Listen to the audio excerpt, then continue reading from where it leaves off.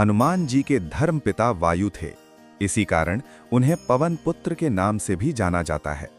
बचपन से ही दिव्य होने के साथ साथ उनके अंदर असीमित शक्तियों का भंडार था। बालपन में एक बार सूर्य को पका हुआ फल समझकर उसे खाने के लिए उड़कर जाने लगे।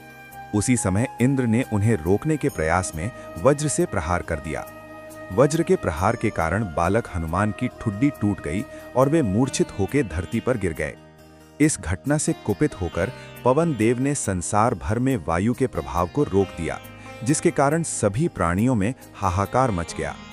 वायुदेव को शांत करने के लिए अंततः इंद्र ने अपने द्वारा किए गए वज्र के प्रभाव को वापस ले लिया। साथ ही साथ अन्य देवताओं ने बालक हनुमान को कई वरदान भी दिए। यद्यपि वज्र के प्रभाव ने हनुमान की ठुड्डी पे कभी न मिटने वाला चिन्ह छोड़ दिया, मगर सूर्य ने उनका अनुरोध ये कहकर अस्वीकार कर दिया कि चूंकि वो अपने कर्म स्वरूप सदैव अपने रथ पे भ्रमण करते रहते हैं, अतः हनुमान प्रभावपूर्ण तरीके से शिक्षा ग्रहण नहीं कर पाएंगे।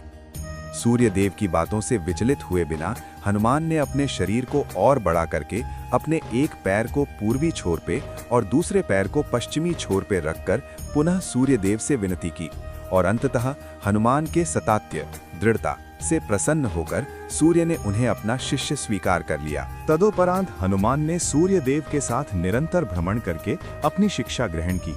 शिक्षा पूर्ण होने के उपरांत हनुमान ने सूर्य देव से गुरु दक्षिणा लेने के लिए आग्रह किया, परंतु सूर्य देव ने ये कहकर मना कर दिया कि तुम जैसे समर्पित शिष्य को शिक्षा प्रदान करने में मैंने जिस आनंद की अनुभूति की है वो किसी गुरु दक्षिणा से कम नहीं है।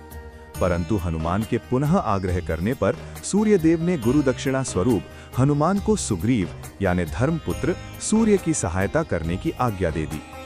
हनुमान के इच्छा अनुसार सूर्य देव का हनुमान को शिक्षा देना सूर्य देव के अनंत, अनादि, नित्य, अविनाशी और कर्म साक्षी होने का वर्णन करता है।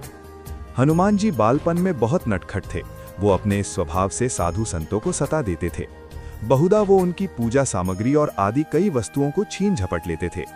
उनके इस नटखट स्वभाव से रुष्ट होकर साधुओं ने उन्हें अपनी शक्तियों को भूल जाने का एक लघु शाप दे दिया। इस शाप के प्रभाव से हनुमान अपनी सब शक्तियों को अस्थायी रूप से भूल जाते थे और पुनः किसी अन्य के स्मरण कराने पर ही उन्हें अपनी असीमित शक्तियों का स्मरण होता था। ऐसा माना जाता है कि अगर हनुमान शाप रहित होते तो रामायण में राम रावण युद्ध का स्वरूप पृथक यानी भिन्न न्यारा ही होता। कदाचित वो स्वयं ही रावण सहित संपूर्ण लंका को समाप्त कर देते। चैनल को आप लोगों के सपोर्ट की आवश्यकता है। आप लोग चैनल को लाइक सब्सक्राइब अवश्य करें।